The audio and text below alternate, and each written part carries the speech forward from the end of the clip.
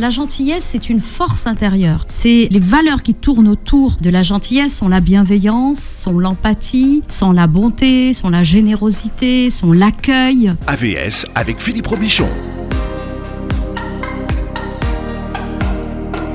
AVS à votre santé et bon matin à tous puisque Karima Chadi est avec nous. Bonjour Karima. Bonjour Philippe, bon matin tout le monde, ça me fait plaisir. Voilà, bonne fête de l'Aïd. Oui, bonne fête. On est encore dans les jours d'Aïd.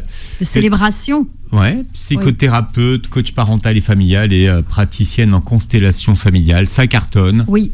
Absolument. C'est dans l'air du temps, les constellations. Ouais, ouais. Bah, les gens se questionnent beaucoup et ont envie d'avoir des réponses à leurs problématiques, à leurs difficultés, surtout s'ils ont déjà fait plusieurs séances de thérapie avec d'autres outils. Et vraiment, les constellations familiales sont les outils appropriés et adaptés à la résolution et à la réparation. Alors, je sais que vous êtes très nombreux à vouloir participer à une constellation familiale. Comment on sait les dates ? Parce que c'est pas régulier. Non, c'est pas régulier. Et en fait, donc avec Leïla, parce qu'on les co-anime toutes les deux, Leïla, ma sœur, qui est aussi psychothérapeute, on essaye d'en faire 2 par mois.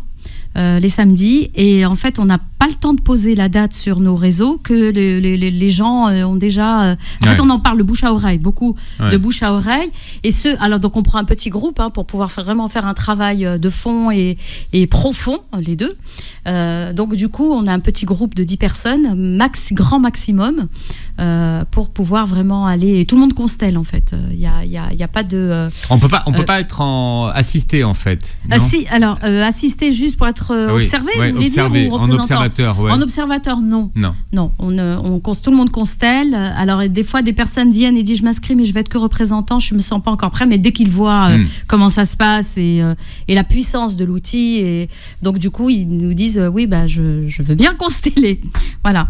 Donc les dates on les met sur Instagram, Leïla et moi, et Leïla c'est elle qui s'occupe de l'organisation et des inscriptions, mais généralement une fois qu'on l'a posé, les gens tout de suite sautent dessus et prennent les places, quoi. Bon, voilà. Allez, on y va pour 2026. Pour 2026, on va dire, et pour la rentrée de septembre, la rentrée scolaire, donc on va en faire un peu plus, et en tout cas, on en émet l'intention de mieux s'organiser au niveau structure, parce que l'organisation, moi, tout ce qui est administratif, c'est pas mon truc. J'ai déjà constellé dessus, mais ça veut pas marcher. Il y a une phobie, une phobie administrative chez Karima. Voilà, oui, c'est clair. Bon, machallah le téléphone. Hein. Oh, mais c'est mes enfants, ils m'ont fait un cadeau. Bah, bravo. Voilà. Moi, je dis. Allez, on va parler d'un sujet. Alors, ça fait un moment qu'on tourne autour.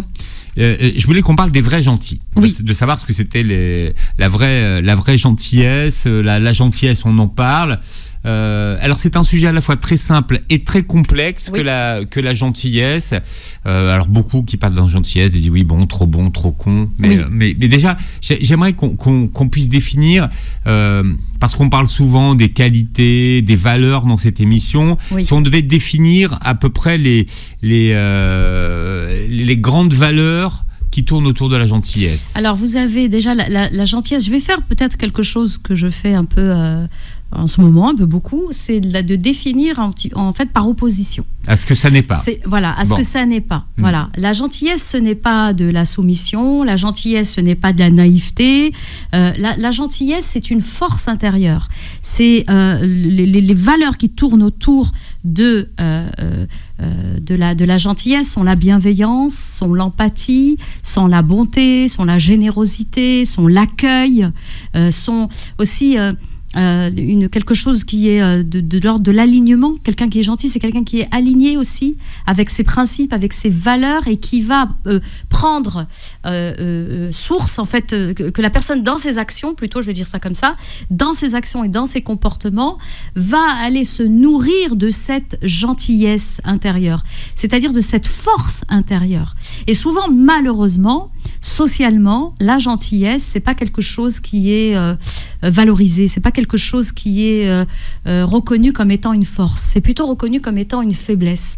C'est souvent reconnu comme étant, moi j'entendais souvent, moi quand j'étais plus jeune, on me disait mais qu'est-ce que tu es courageuse, quand je travaillais au restaurant de mes parents en Corse, et j'ai commencé à travailler très tôt, comme mes autres frères et sœurs, dans l'entreprise familiale, et on me disait tout le temps, et ça me mettait dans un état, Philippe, ça me mettait dans un état, il me disait tu es une brave fille, et moi je prenais ça comme une insulte.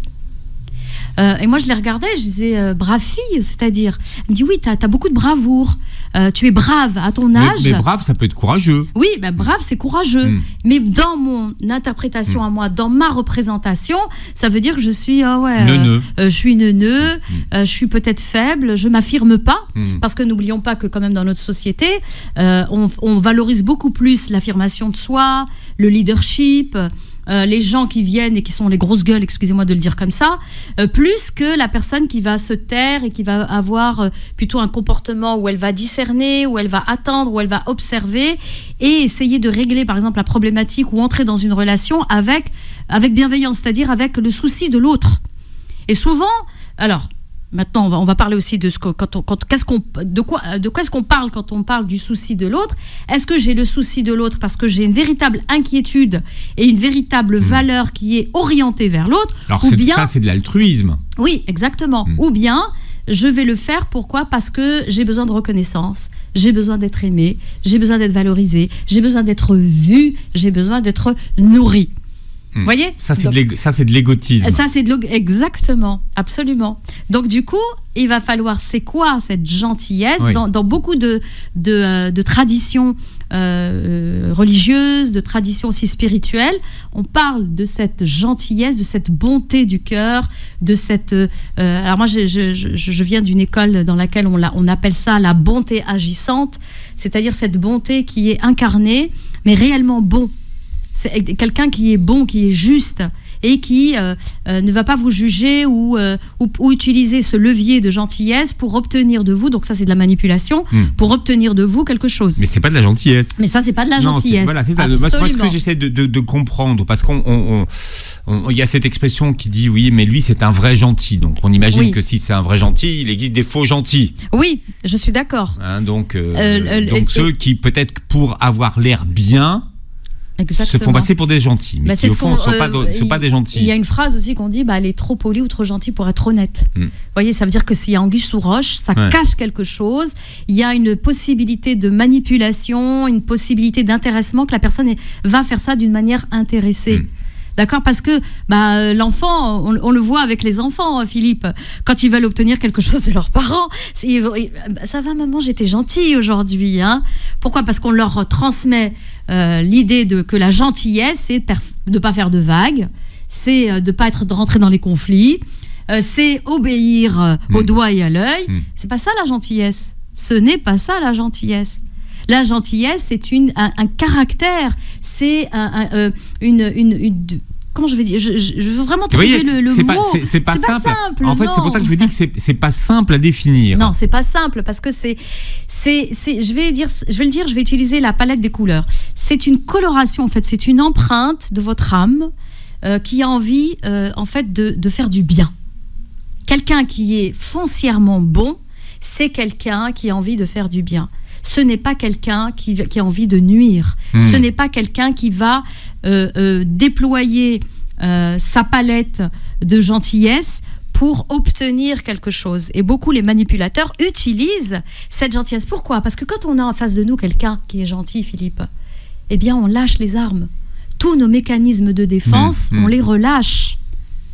Quelqu'un qui va faire preuve de sollicitude auprès de vous, qui va s'intéresser à vous, qui va vous regarder avec un regard bienveillant, qui va ouvrir son cœur ou qui va faire de la place à ce qui se passe pour vous, forcément la personne va lâcher toutes ses défenses. Et donc du coup, ne plus se méfier. Et dire, mais il était tellement gentil au départ, souvent dans les relations amoureuses, il était prévenant, il était gentil, il était avenant, il anticipait même mes besoins. Oui, la gentillesse est l'arme des manipulateurs. Exactement. Donc, comment reconnaître, et ça va être la question. Alors voilà, quel est le test pour reconnaître la personne, le vrai ou la vraie gentille? Parce que souvent, il y a un livre, moi, qui m'a beaucoup guidé, de Thomas d'Ansembourg, vous savez que je l'aime beaucoup, et qui s'appelle ce livre « Cessez d'être gentil, soyez vrai ». Donc, il y a souvent Donc là, il y a un autre terme qui entre en jeu ici, c'est l'authenticité. Être vrai, être authentique, être sincère. Et vous vous rappelez, je vous avais dit, Philippe, qu'une de mes valeurs, de plus en plus, et plus je prends de l'âge et plus elle guide ma vie, c'est l'authenticité. C'est cette idée de transparence. Quand quelqu'un donc vient vers vous, comment reconnaître ses gentillesses? C'est déjà, vous posez aussi la question. Parce que souvent, quand on voit quelqu'un de gentil en face de nous, ça peut être un miroir aussi qui nous renvoie nos faiblesses. Par exemple, il y a des gens, moi, qui me disent « j'aime pas les gens gentils ».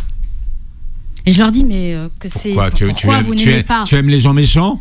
Non, mais dis pas méchants, mais parce que les gentils, c'est des gens mous, c'est des gens qui s'affirment pas, et ils me renvoient. Donc il y a une histoire comme ça de vase communicant ou de neurones miroir, exactement, qui renvoie à la personne en fait la faiblesse, l'idée de faiblesse. Par exemple, de dire oui, mais moi pourquoi par exemple dans une dispute ou quelque chose, quand une personne me raconte une histoire ou un patient, et je lui dis mais qu'est-ce qui vous a empêché de répondre à la personne? Et la personne me dit oui, mais moi je suis une gentille. Vous imaginez? Donc ça veut dire quoi? Que l'association, ce qu'on appelle le lien de causalité qui a été fait dans la tête, la distorsion qui est dans la tête, ça va être quoi? C'est en fait gentil égale faible. Gentil égale soumis. Mais c'est comment on en est arrivé à faire passer ces messages-là, que la gentillesse pourrait être synonyme de faiblesse, de naïveté, de soumission? Mais parce que dans notre histoire, ça peut être dans l'histoire familiale, ça peut être dans les films qu'on regarde, dans la société, on observe en fait que le gentil, il se fait toujours avoir. Le gentil, il se fait toujours manipuler. Mais regardez, quand on cherche un manager aujourd'hui. Oui. On va pas prendre un gentil, parce qu'encore une fois le gentil, alors quoique ça commence à être contrebalancé, on commence à se rendre compte que finalement parfois les gentils on la paie. Oui. Mais on va pas prendre un gentil parce qu'on va dire il va être trop mou, il va se faire marcher sur les pieds. Mais c'est parce que ce sont tous les présupposés, Philippe, qu'on a construits autour de cette valeur, autour de la gentillesse, autour d'être un gentilhomme. Aujourd'hui on dit plus un gentilhomme. Non.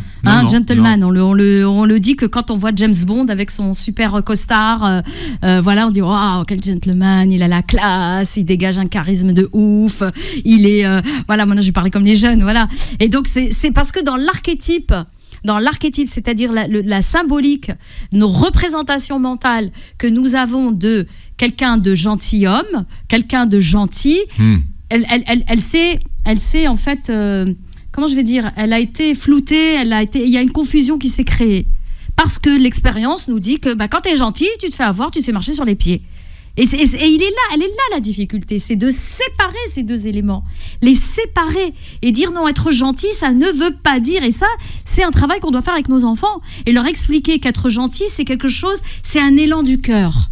C'est un élan du cœur, la gentillesse. C'est tu as envie de partager, tu as envie de prendre soin de l'autre. C'est pas parce que tu es un névrosé de sauveur ou de sauveuse, ou parce que tu es une névrosée de besoin de reconnaissance et de besoin de te sentir utile. Voilà, et comme je suis gentil, je ne dirais pas que votre nouvelle tisane est au pissenlit, Karima. Mais ça, c'est parce que je suis gentil.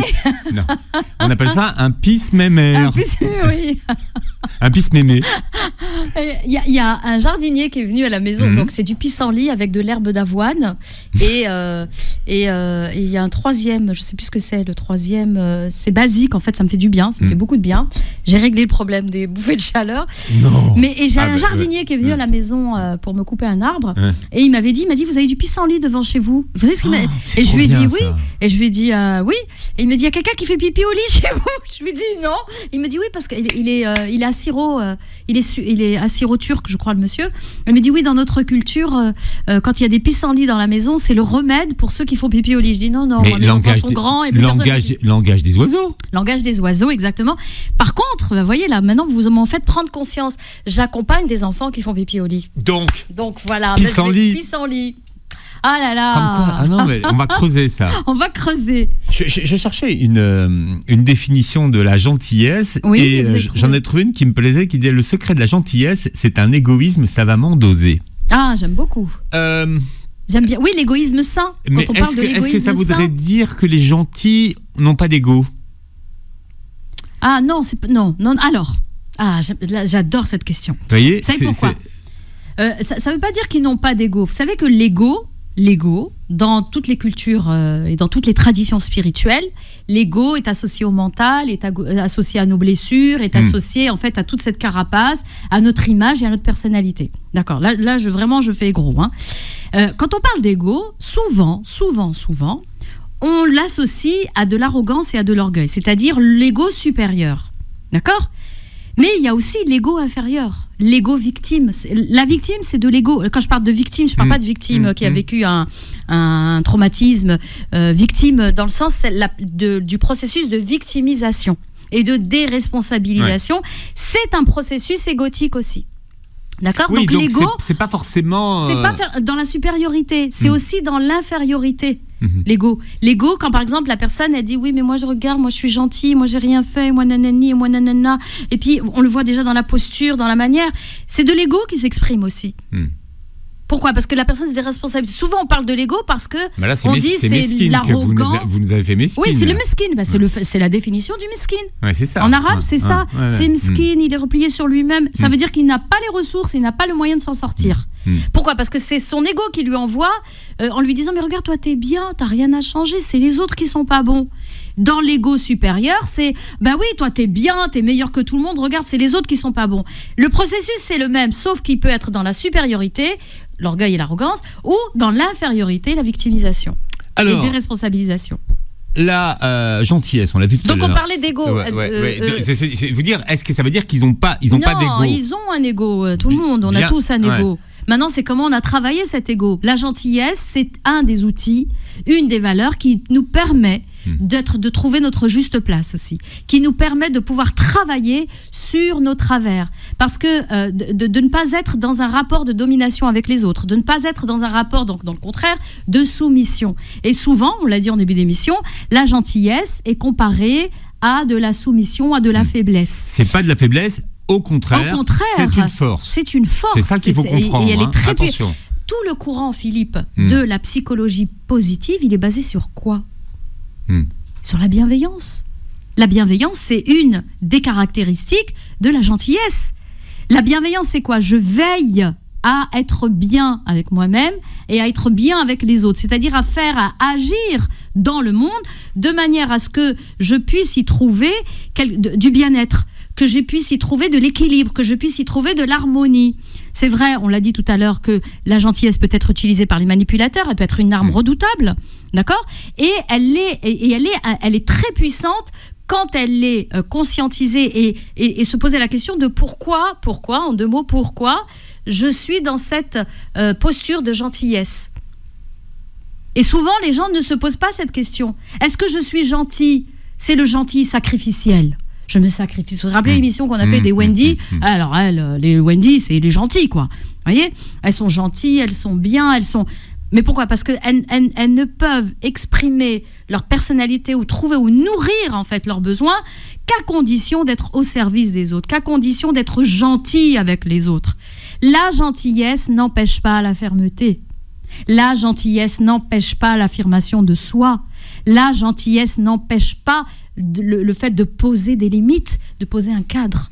C'est pas parce que je suis gentil, parce que souvent les gens le disent, ah il est gentil, bah c'est open space. Non mais le problème, la question c'est l'excès de gentillesse. Oui, mais alors souvent vous m'entendez le dire ça, Philippe. Qu'est-ce que ça veut dire excès de gentillesse ? C'est comme les gens qui disent excès de confiance. C'est quoi l'excès de gentillesse ? On est gentil, excès de gentillesse, ça veut dire qu'on a déjà basculé de l'autre côté et qu'on est dans un comportement névrotique. Donc il n'y a pas d'excès de gentillesse. Non, il n'y a pas d'excès de gentillesse. La gentillesse, c'est un don.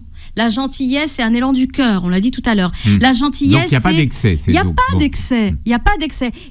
L'excès, à quel moment il intervient ? Et que la personne le remarque. Quand la personne se comporte comme une servante.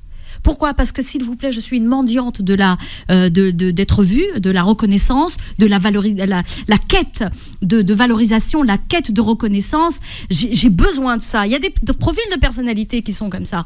Je ne peux me sentir utile et être à ma place que quand je suis au service des autres. Et ce sont des croyances que l'on a en nous. Par exemple, on a eu l'attention de papa et de maman que si et seulement si je fais ce qu'ils me disent, je me soumets à leur volonté. C'est ce qu'apprend l'enfant. Ou alors on est dans cette notion de « je fais plaisir ». Hein, et papa, maman le disent. Allez, fais-nous plaisir. Sois gentil. Allez, encore des injonctions. Sois gentil. Sois gentil. Sois gentil, voilà. Hein? Donc, on va aller chez le médecin aujourd'hui. Sois gentil. Mais qu'est-ce que ça veut dire ? On associe, c'est un sac fourre-tout, hein. On va mettre sois gentil, c'est tiens-toi bien. Sois gentil, c'est ne dépasse pas les limites. Fais ce qu'on te demande de faire. Fais ce qu'on te demande de faire. Donc c'est pas ça la gentillesse. La gentillesse, c'est vraiment un alignement profond avec nos valeurs. Vous voyez, moi je le travaille encore beaucoup, parce que beaucoup de gens me disent que je suis bienveillante, que je suis vraiment, et des fois je me rappelle d'un patient qui m'avait dit mais Karima, votre bienveillance, je vous observe. Et il avait assisté à un de mes séminaires, donc je l'ai vu en séance, et il assistait en séance, donc moi je pose toujours un cadre de bienveillance, c'est-à-dire de non-jugement, d'acceptation inconditionnelle. Je ne suis pas en train de juger la personne, je ne la juge pas, même si des fois il y a des trucs qui arrivent, donc je les mets de côté. Donc il y a toute une gymnastique de gestion de soi. Et il me dit, mais vraiment Karima, je suis impressionnée, votre gentillesse et votre bienveillance n'est pas feinte. Et là, j'ai réalisé. Donc, vous voyez, on en revient à la vraie gentillesse. Mais oui, parce que pourquoi ? Parce qu'on n'a pas l'habitude, Philippe, dans notre société. On n'en a pas l'habitude. Quelqu'un de gentil, c'est forcément quelqu'un qui est intéressé, qui est un manipulateur et qui cherche quelque chose. Vous voyez ? Ou qui veut me contrôler. Alors, vous, quand vous êtes là et que vous êtes dans cette bienveillance naturelle, que j'ai beaucoup travaillé, parce qu'avant elle était névrosée quand même, ma bienveillance, en fait, je fais pas ce métier par hasard, j'étais une ancienne sauveteuse, d'accord, névrosée, je veux sauver l'humanité, je veux sauver tout le monde, j'ai développé ça en compétence, ma névrose de plus ou moins, on va dire, d'accord, parce qu'on y travaille encore, c'est pas fini, moi je pense que ça finit quand je serai morte, d'accord, et de dire, ok, est-ce que là réellement j'ai un élan du cœur vers cette personne ? Vous savez Philippe, moi je n'accompagne pas les gens en thérapie si je ne crois pas en eux, si je n'arrive pas à voir le diamant qui est à l'intérieur. Ça peut paraître très instagrammable, la phrase que je viens de dire là, mais si je n'arrive pas à voir la brillance de la personne, je ne l'accompagne pas. Parce que je suis la première personne. Il faut que je croie en elle, qu'elle est capable de s'en sortir, qu'elle va y arriver, c'est juste qu'elle ne regarde pas du bon côté. Vous feriez pas une bonne avocate ? Non, du tout. Non, j'ai voulu être au début. Alors là, mes premières études, c'était avocate. Ah ouais, parce que là, je faisais du droit avant de me tourner vers la psychologie. Ça marche pas là. Bien sûr que non. Non. Et ça, c'est clair pour moi. Si je n'arrive pas à voir la brillance chez la personne, ça va être le moteur pour moi de pouvoir l'accompagner et de lui montrer qu'elle puisse se regarder elle aussi. Si moi je la regarde pas avec mes yeux de bienveillant, c'est Pygmalion. Exactement. Donc c'est plutôt l'autre effet, l'effet golem des avocats. Oui, alors les gens connaissent mal. On connaît l'effet Pygmalion, c'est-à-dire projeter chez l'autre ce qu'on voit en lui, et de positif. C'est le principe de la psychologie positive. Mais il y a l'effet golem qui est de voir le pire chez l'autre, et donc du coup, c'est des prophéties en fait. C'est la puissance des prophéties que l'on peut avoir, que l'on projette sur les autres. Quand on croit en lui, on va l'aider à pousser et à grandir. Ça fonctionne. Et bien sûr que ça fonctionne. Ça fonctionne super bien. C'est pour ça que soyez des entraîneurs de vos enfants. Absolument.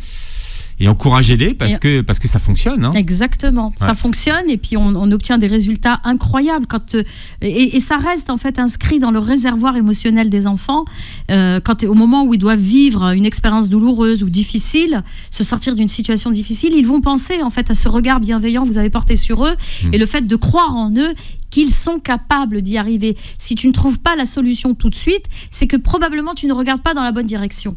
Déplace-toi et observe autour de toi. La solution vient toujours avec la problématique, toujours. Ça, c'est une croyance que j'ai, une conviction, mais alors là, même des moments les plus durs, je me dis non, c'est que je regarde pas dans la bonne direction. Voilà. Bon, pour les chefs d'entreprise, embaucher des managers gentils, ça fait des bons managers. Comme au Club Med, les JO, vous vous rappelez, les GO. C'était les gentils les gentils organisateurs et les gentils membres. Voilà, les gentils membres. Voilà.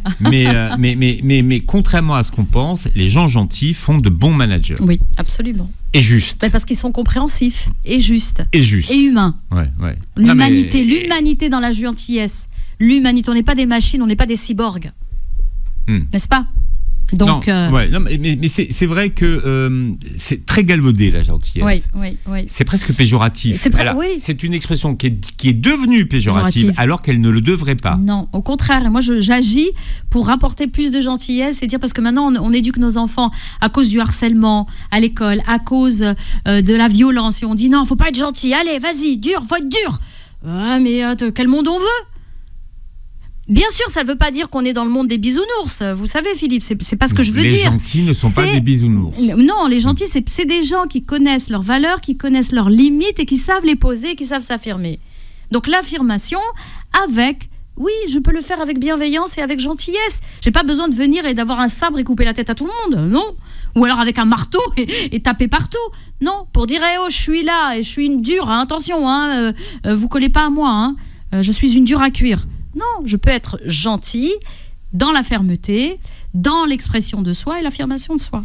Est-ce que vous avez un test pour reconnaître donc vous les vrais gentils ? Moi personnellement, est-ce qu'on peut vous gruger ou pas ? Est-ce qu'on peut me gruger c'est-à-dire, alors, moi j'observe beaucoup. J'observe et j'écoute beaucoup. J'écoute beaucoup les mots qui sont utilisés et les représentations qui sont derrière. Les personnes n'utilisent pas des mots par hasard. Les mots qu'elles utilisent viennent exprimer la réalité et les représentations que la personne a dans sa tête. Et donc, du coup, j'observe. Parce que beaucoup de gens, où au début, je me faisais avoir, où on a l'impression que c'est de la bienveillance, mais en fait, c'est de la bienveillance déguisée. Vous voyez ? Donc, j'essaye de, quand je regarde la personne, et dans les yeux aussi, je regarde beaucoup dans les yeux, et ça me permet de voir si la personne, à partir de quelle source elle parle. Est-ce que c'est la source de son cœur, de son âme, de son mental ? D'où le point de départ ? Où prend la source son expression ? C'est compréhensible cette manière-là, comment je viens de le dire là ? Oui, c'est compréhensible. Donc de pouvoir... alors, j'ai pas de test à proprement parler, mais je demande aux personnes, tiens, dans telle situation, comment vous agissez ? D'accord ? Et puis de voir, est-ce que c'est plutôt une gentillesse déguisée ? Qui est plutôt, on est gentil parce qu'on veut prendre le contrôle sur l'autre, donc la manipulation, ou est-ce que c'est une gentillesse sacrificielle, ou est-ce que c'est une vraie, donc par sacrifice, ou est-ce que c'est une vraie gentillesse parce que je m'intéresse à l'autre, réellement. Voilà, j'étais en train de demander à Karima Chedibaou quelle est la face cachée de la gentillesse. Alors, la face cachée de la gentillesse, c'est de croire que... je ne sais plus. Que les gentils voilà. ne sont jamais méchants. Ne sont jamais méchants. Oui, allez-y. Mais c'est vrai, c'est une croyance. Ouais. On croit ça parce qu'on dit « oh, mais il est gentil ». Parce que pourquoi ? Parce que derrière gentil, on a mis le mot faible. D'accord ? Derrière le mot gentil, on a dit « il ne va pas se mettre en colère, quoi ». Vous voyez ? Donc, c'est pas grave, ça peut passer. Donc, non, ils se mettent en colère. Et d'ailleurs, je ne sais pas si vous avez déjà vu la colère d'un gentil, c'est plutôt un tsunami. Hein. Moi, j'en côtoie pas mal.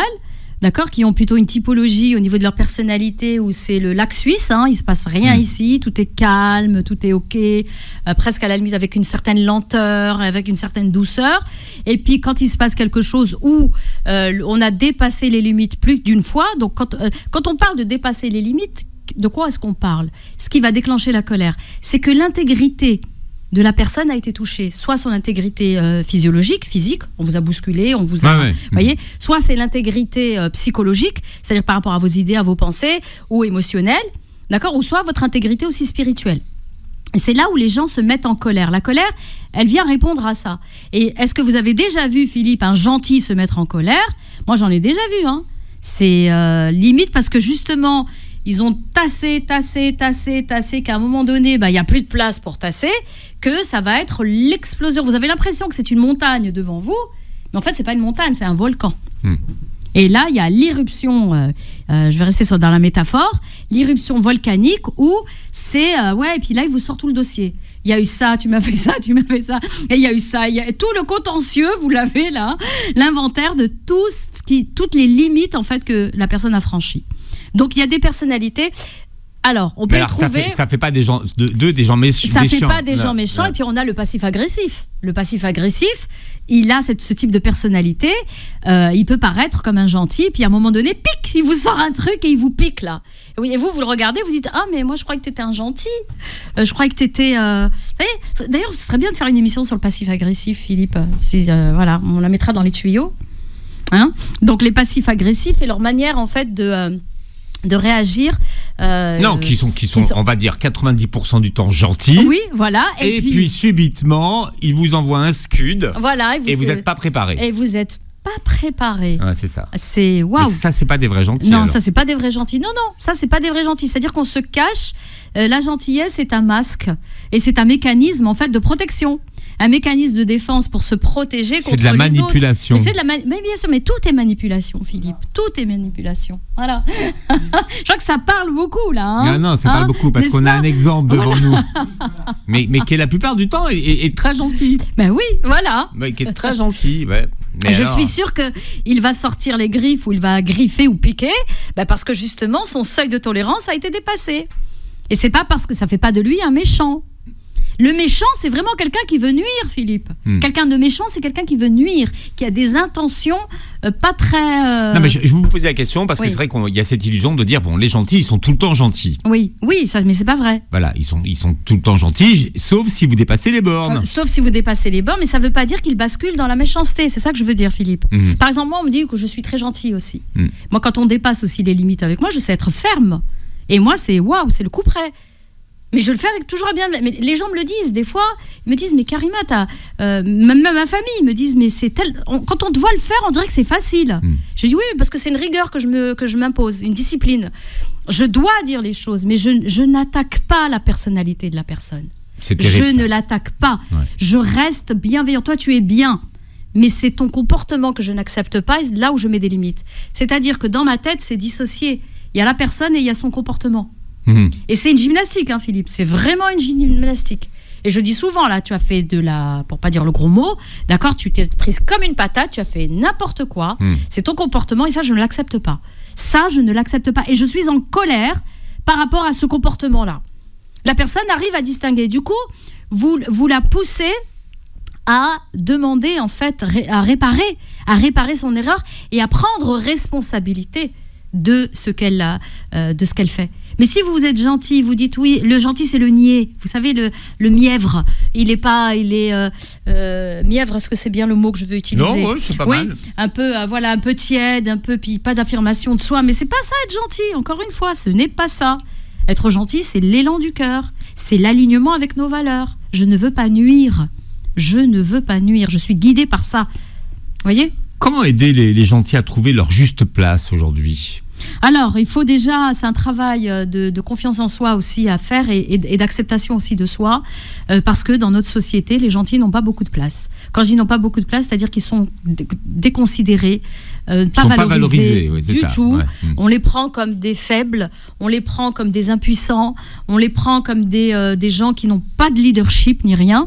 Voilà. Et moi, j'ai suivi des formations où j'ai réussi à faire la différence. Par exemple, j'avais une formation sur l'ingénierie de formation. Et mon professeur, c'était un exemple pour moi. Vraiment, je l'ai modélisé. Et il avait une manière, d'une gentillesse, un cœur ambulant. Vous voyez, un grand cœur. Et donc, on parlait de la structuration de la formation. L'ingénierie de formation, c'est comment on fait un guide, notre déroulé de formation et comment la structuration, bref, l'armature. Et il y avait parmi les stagiaires des personnes qui étaient un peu nonchalantes, parce que souvent le gentil, on a l'impression qu'il est nonchalant. Et je l'ai vu poser des limites d'une manière ferme, sans équivoque, claire, mais dans une bienveillance et une gentillesse. Vous savez, ça m'a rappelé toutes les techniques que j'ai apprises. C'est occupe-toi du lien, le lien avec l'autre. D'abord le lien, et ensuite tu corriges. Et ensuite, mais d'abord, assure-toi que le lien est bien là. Tu es bien relié à l'autre. Il y a une connexion avec l'autre. Du coup, la personne, elle peut entendre toutes les critiques. Elle peut entendre toutes les tout ce qu'on a, tout le feedback qu'on a à lui faire. Et elle peut en même temps le faire sans se sentir menacée. Parce que elle est là la problématique. Quand quelqu'un va venir, il va vous rappeler à l'ordre ou va recadrer une situation, la plupart du temps, on va se sentir menacé, on va se dire, oh là là, mon comportement n'est pas approprié. Ou mon comportement n'est... Non, mais qu'est-ce que j'ai dépassé comme limite ? Pourquoi est-ce qu'on pose des règles ? C'est quoi notre contrat relationnel ? Dans beaucoup de relations, c'est quoi notre contrat entre nous ? notre relation, pour justement laisser de la place à cette relation et de pouvoir laisser exprimer toutes les valeurs qui ont besoin d'être exprimées et pour enrichir aussi cette relation. Vous voyez ? Donc, je ne me rappelle plus de la question que vous m'avez posée, je suis partie en freestyle. Mais voilà, comme d'habitude. Hein, c'est vous. C'est ma signature, hein, de toute façon. Je vous demandais comment trouver les gens gentils à trouver leur place. Voilà, trouver leur place, exactement. Donc, pour trouver leur place, donc pour moi, ça commence dès l'enfance.